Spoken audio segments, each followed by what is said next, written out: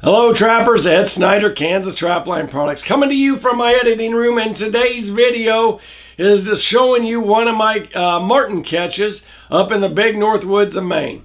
Now, I was up there with a man by the name of John Carville, and I wanted to say publicly, thank you, John, for everything you did for me. I couldn't have done it without you. And for you, the viewers out there, I want you to understand that some of the things I want to share with you is some locations that I'm looking for to catch marten and the fisher. The part of the country I was in, the higher mountain altitudes, the rougher big country is more suited to the marten. And this spruce forest that I'm in is an ideal location. And pay attention also how I picked a spot that had a salient feature that even I believe, and John believes, that you want to pick out something distinctive that will not only, something that catches your eye, will probably catch the marten's eye as well. So stay with me and enjoy the video. And like always, please hit that like button and please subscribe and help my channel grow. It is much appreciated. Until we see each other again, tight chains, trappers. Hi guys, hey. I'm in the, I got a trap tripped right behind us over here, but I kind of wanted to turn the camera around this way. Now the camera doesn't really give this location justice because it collects light and stuff, but it's actually very dark in here. I'm here right around noon checking my sets, but really great location for marten. That was I appealed to it. As I understand, marten like older growth spruce forest. Now this isn't real old, but we are getting pine cones. We're getting things that would probably attract squirrels and things like that to move in. So anyway, let's take a look and see what I got. I hope I got something. I really don't know. This is the first time I ever caught in one of the side entry boxes, other than a weasel. And I did catch a weasel in a side entry, so I hope it's not a weasel. I've gotten about 4 or 5 of them, and just haven't shown them all. They're not the pretty white ones yet, so I'm not going to do that. So anyway, let's go ahead and see what I got. Okay, trappers, so what I did is the salient feature in this woods happens to be this down spruce tree. It's pretty open in here. I did just kind of tuck my box into the tree. That helps also guide it. Added a little bit of moss and different things to kind of camouflage it. It's got some weight to it, so that's good. That's a good sign. The light boxes, I've learned to not worry about them too much. All right. I got something. Now this is a side entry box. It offers a little bit bigger hole. Supposed to be, more favorable for fisher. What do we got?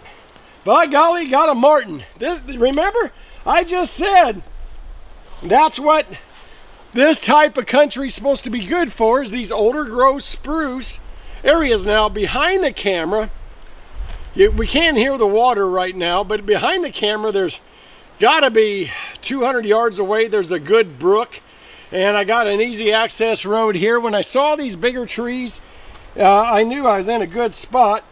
Now a lot of this bait, okay, the bait kind of shifted down, came down. Now I'm going to want to wire that in when I go to remake the set, but let's go ahead and get this marten out and see just what I got.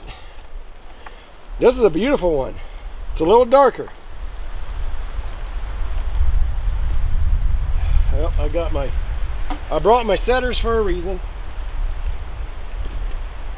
This is actually one of the traps that I bought this summer. And yeah, maybe I can get it out. There we go. Maybe the water's having something to do with it.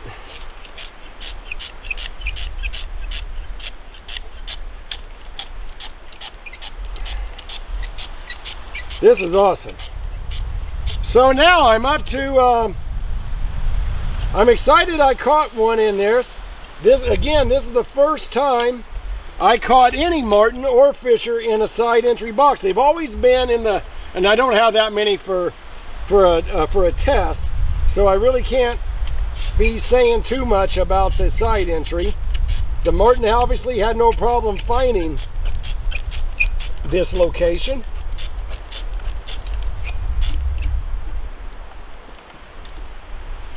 There we go.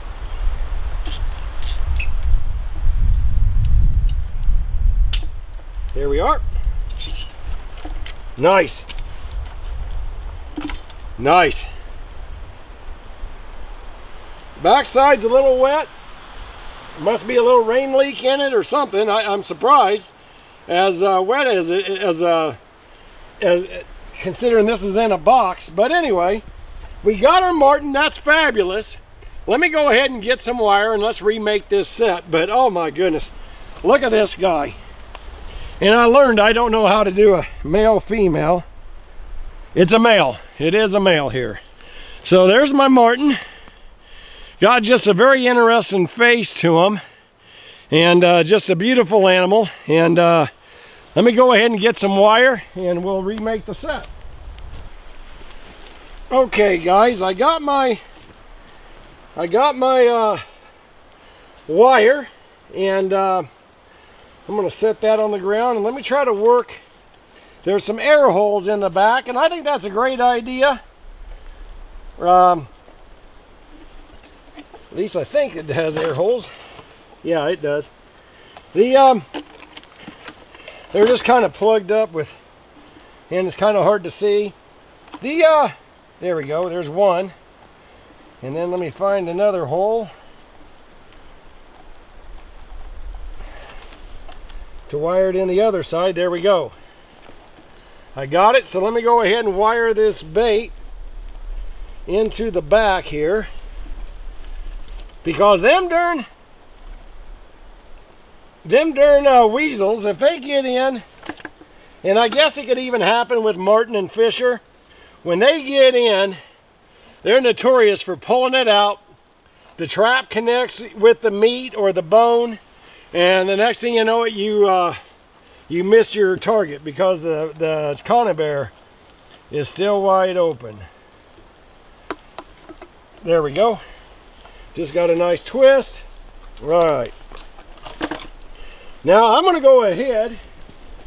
It's been a little bit. I can still smell my lure.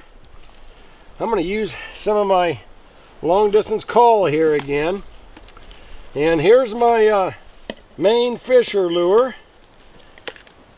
Let me kind of recent it, especially seeing how we're getting all this rain in here. And there's my marten lure. A good Castrioter is what that one is. There. Nice. All right. And when we're done, we'll put some of this up high. I think I got it all. Let's get rid of this.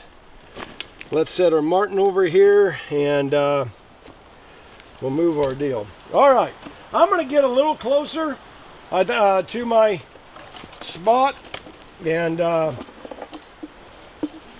way I'm not dragging as much stuff over. This turned out to be a great set location. This is something there that John hadn't showed me this spot, but you know, I tried to duplicate what he was doing, and evidently this one has paid off.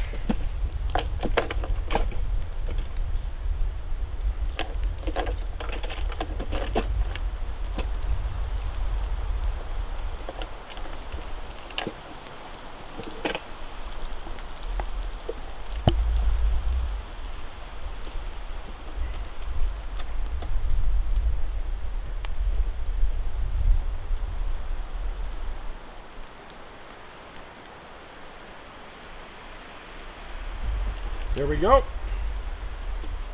Let me go ahead here, get this chain over. Let's take off our safeties. There we go. Let me go ahead and close this up. On my journey, I've seen a few marten boxes up in the tree, and I haven't seen any leaning pole sets, but I imagine them are long since gone. But I have found a few marten boxes and stuff like that, and pretty cool to see.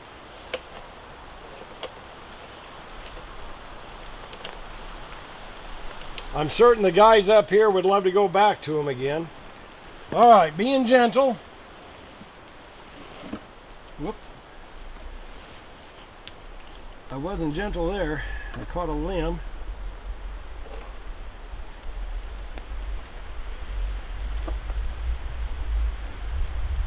There, all right. Got it.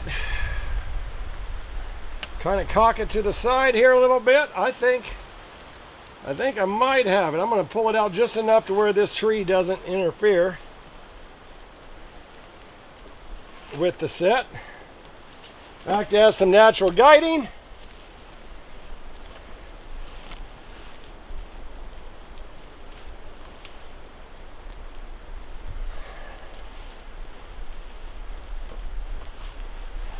And throw on some sticks on top just to kind of prevent them from wanting to run on the top of the set. That's the theory behind it.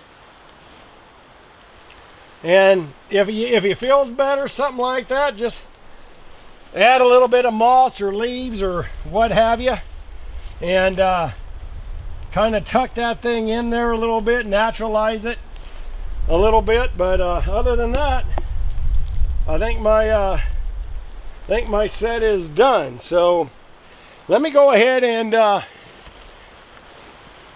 put my call lure up. I want to see which tree I might have done it on. Let me back this thing up a little bit.